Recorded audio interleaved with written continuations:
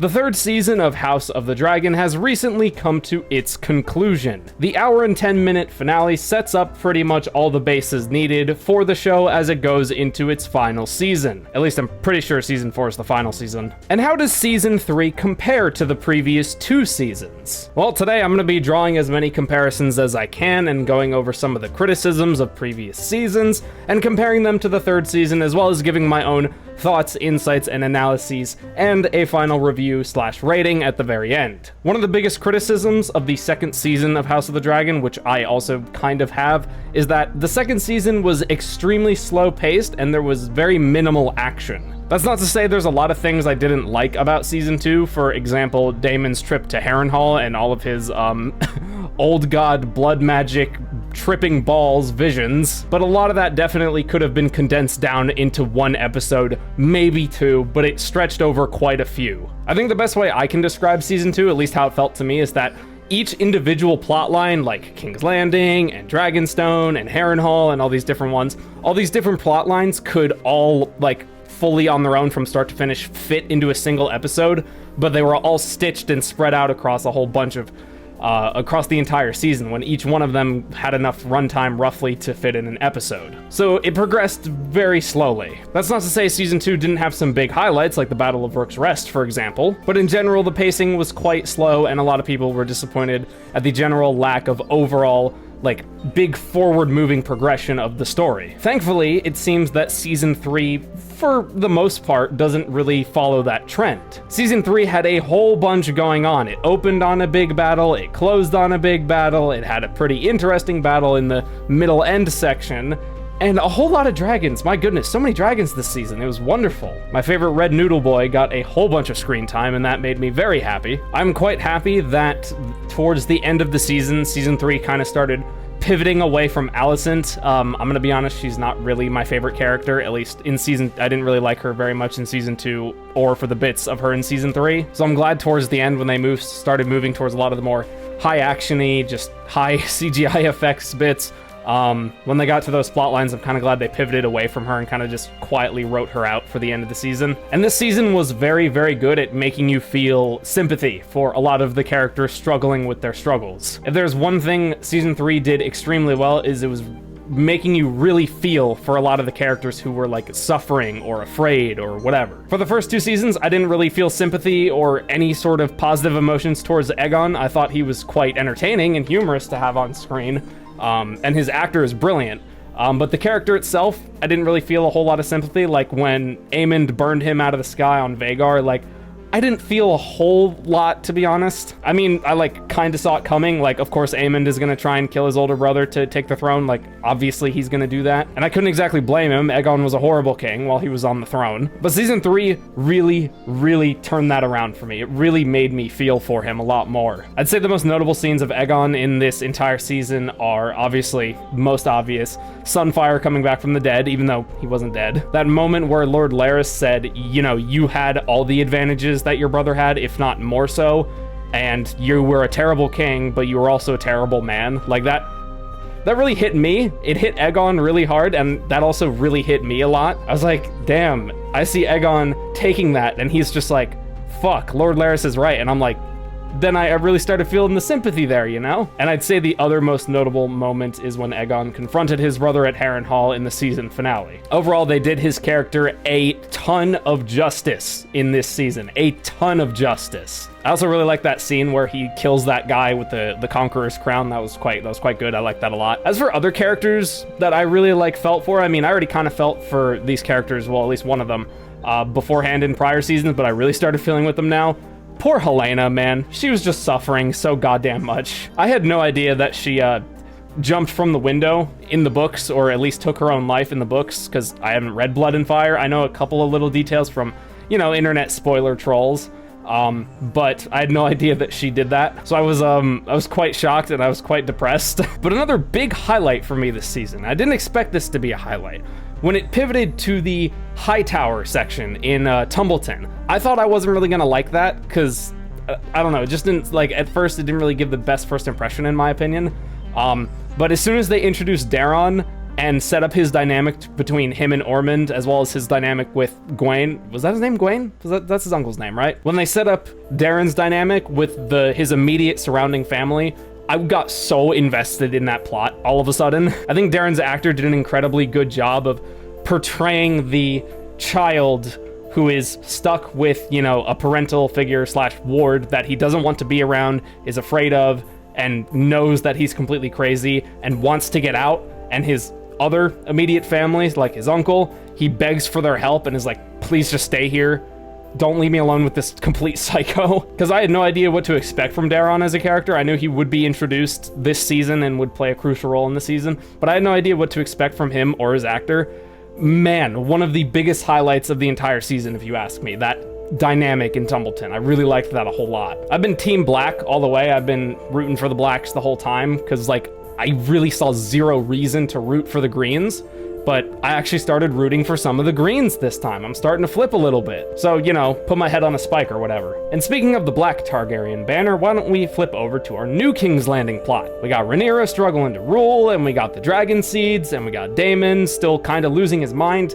And man, this season's opening really had like the biggest ripple effect of like almost the entire show. Rhaenyra taking King's Landing and the battle at the Gullets, right? Was it the Gullet? The ripple effects from episode 1 alone are insane. It's very clear that the writers were aiming to use Jace's death. Very tragic, by the way. I felt horrible for that. He had so much potential, but no one is safe in this universe. I can tell that the writers were trying to use Jace's death to sort of veer toward Rhaenyra beginning to snap and lose her temper and just give in to all of her most terrible impulses. Initially, after he died for like episode 2 and parts of episode 3, I could tell that she was still being quite heavily affected by that, but kind of towards the middle of the season, it kind of felt like she almost forgot about his death. I mean, it was brought up a couple times, but it kind of felt like Rhaenyra herself, just like the character wasn't really being affected by his death as much. The only thing that like made it stand out and made it obvious that, oh yeah, Jace's death is affecting Rhaenyra is the fact that she kept sending Baela away and not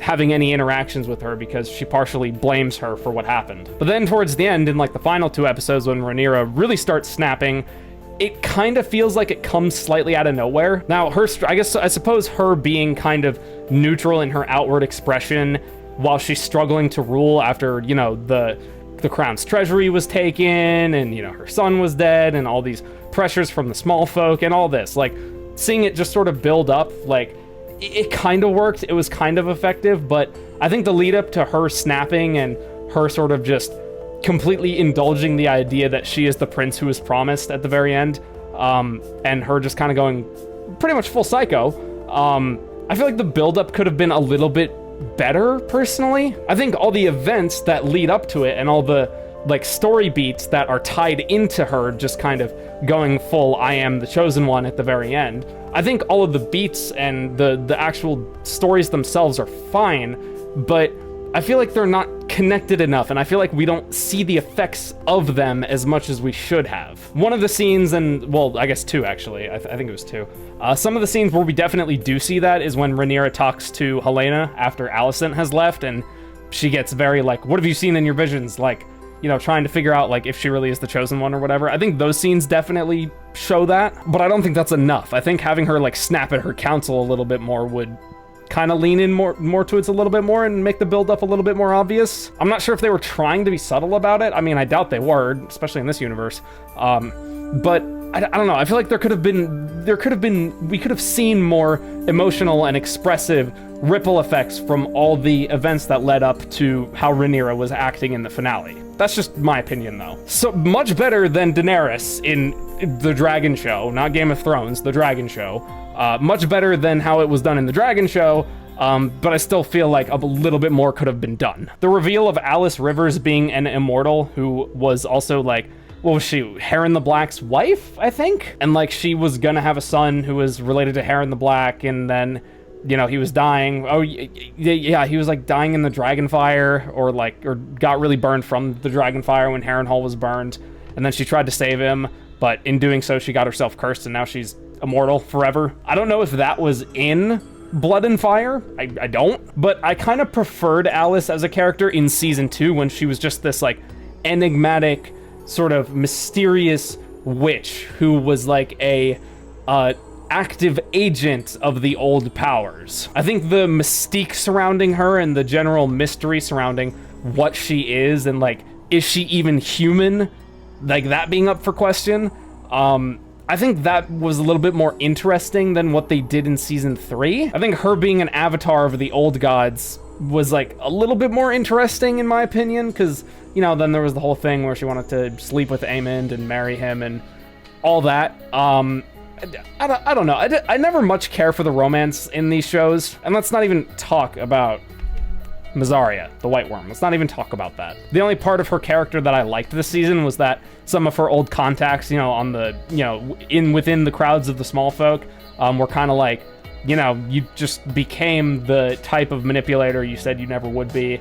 You're not advocating for the small folk like you said you were, and her kind of becoming a bit of a hypocrite. That I did like, because it's like, you know, power does corrupt, and you might not even realize it's happening to you. You might say what your values are, but your actions and what you actually do is what speaks to what you really believe. And she started kind of not being what she used to do. Does that make sense? I don't know. Probably not. I'm an idiot. One of the other big events of the season was poor Christian Cole, the way he died. Just absolutely tragic. He wanted to die by sword, fighting right up against some people with his sword in his hand, but he just got an arrow through the face. And I really like that Darren's uncle, Gwaine, I'm pretty sure his name is Gwaine. If I'm wrong, put my head on a spike, I guess. I liked that when Gwaine was talking to Daron in the finale, being like, I've met brave men who thought, you know, dying for vanity was better than living. I like that he referred to Christian Cole as Darren was saying, you know, he was getting ready to fly into battle. That made a lot of sense. He unironically, for the like short amount of time he gets on screen, Gwaine is one of the best supporting characters, and aside from Daron, easily my favorite like Hightower character. He played a very crucial role in that entire plot, and I think his journey from semi-arrogant, never seen a battle, to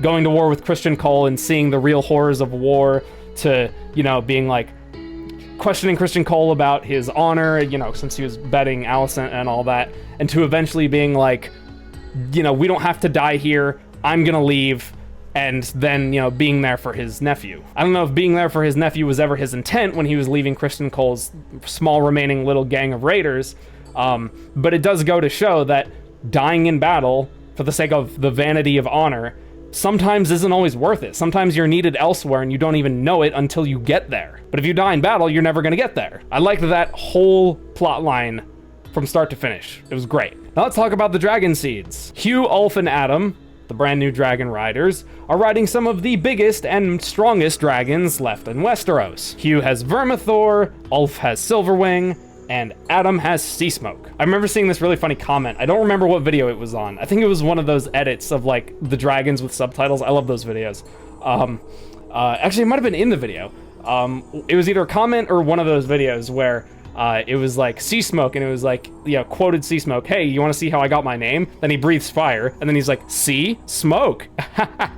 I did know that Ulf was going to betray Rhaenyra and that entire camp. I got spoiled for that, unfortunately. So when it happened, I wasn't really surprised, but as it was leading up to it, when Ulf disappeared during the Battle of Tumbleton, I was thinking to myself, oh, are they actually going to do something different in the show? But yeah, no. Ulf's whole character arc was like pretty interesting. He always like, you know, he always went around saying that he was a Targaryen bastard and saying that he had kingly blood in him and all that, and sort of using that as a strength for himself. And I really liked that, you know, sort of like, it's almost like when Tyrion in Game of Thrones said, you know, wear your bastardy like armor and it can never be used to hurt you. When he said that to Jon Snow, it's like Ulf was basically doing that for his entire life, and I liked that. He always wanted to believe he'd have a higher calling or make it to somewhere higher in the world, and then he got there. But he is ultimately a selfish man, and when Rhaenyra denied him things like a lordship, and Daemon was preventing him from his simple, you know, day-to-day lifely pleasures like ale and a comforting bed and stuff like that, well, he kind of just got sick of the crap and was like, I got a dragon to, you know, live a better life, but not really serve a higher purpose. He wanted all the clout for none of the work, basically. And much like Ulf, Sir Hugh kind of just wanted a dragon for his own sake, you know, for his own personal gain, but he's not like Ulf where he's willing to betray everything and not, you know, do whatever is necessary just to get his simple leisures. He was more so doing it for his wife, who he still loved. But then that didn't really work out too great. Hugh definitely is more honorable and has more integrity than Ulf does,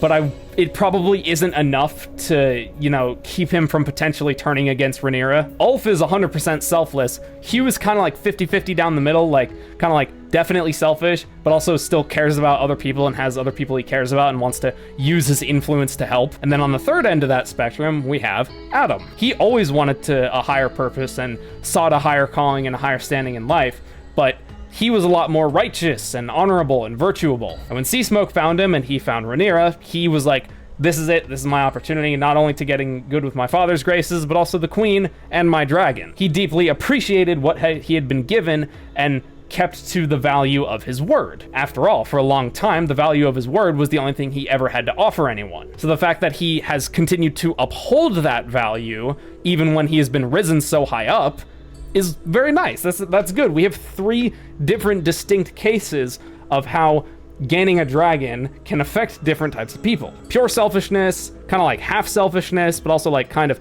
half virtuous and half righteous, and then fully virtuous and honorable and keeping to their word. And seeing the 3 of them branch off and go in different directions of how their dragons affected them and how their new position affected them was very interesting. I kind of wish we got more of them though, to be honest. I kind of wish we got a little bit more with them. We got quite a bit with Ulf, very little with Hugh, and Vermithor made very little screen time, which makes me sad because I like Vermithor. And Adam, we saw a fair amount. And I liked Adam showing empathy to Bela and kind of trying to make her feel better after everything went down after episode 1, and showing empathy to his fellow dragon riders. But his loyalty to Rhaenyra seems to be kind of causing a bit of a crushing divide with his brother. Alan has now found himself in a significant position of power, and it's starting to get to his head a lot. Initially, as a character when he was introduced, he wanted absolutely nothing to do with Corlys. He had no interest in upholding the Velaryon name, and 0 interest in claiming Driftmark. But after his brother got a dragon, and he got a taste of power, it seemed to just completely break all of that down. Also, after his little secret affair with Bela, I bet after that he even more so wanted to act strong and take up his power and title and just seize all the opportunity he could. This season was really good at showing at like how much power and how much influence can corrupt a person. That was one of the main selling points of this entire season, and I absolutely loved it. Even people who you see for a long time never have any of the things they claim would never change them, seeing them finally attain those things and those high standing, and then it does change them in ways they said it never would, it's just, I love that kind of storytelling. I love those kind of story beats. And obviously, all the dragon fights were an absolute delight to watch. The 4v, was it a 4v1 against Sheepstealer? Let's think. I feel bad for Sheepstealer, I do feel quite bad for him. The one time he decided to show some empathy to a Targaryen person and, be claimed, basically, is the one time it screws him over, and that is just so tragic. But what I really liked the idea, because I listened to a lot of the behind the scenes and behind the sets and whatnot, about what they did and what their thought process was when thinking about the battles. I really liked the dragon battle on the ground idea. I liked that a lot more than I thought I would. It was mostly tackles, bites, and clawing, and very minimal fire involved, which, clawing and biting and tackling and using their body mass is the primary way dragons fight. So not only showing just how brutal a dragon fight can be when fire isn't involved, but also showing that they're just as scary on the ground as they are in the air was, I liked that a lot. I was quite the big fan of that. I mean, Sheepstealer wasn't, and I feel really bad for him. But it's been a while since we've gotten a huge dragon fight like that. It was awesome. And watching the behind the scenes of how they set up that entire scene and how they, what they did to, ensure the actors were looking the right directions, and what they did to ensure that they knew where the dragons were and where to look and all that. Hearing about all of that was just really fun. I love behind the scenes stuff like that, especially for big scale stuff. So with all of that in mind, all the fights, all the battles, all the moral questions, all the character arcs, and everything I've discussed here today, because I can only discuss so much for a show this big, was House of the Dragon Season 3 an improvement from the previous season? I think it absolutely was. I think there were a lot of major improvements with the pacing. The pacing felt a lot more consistent.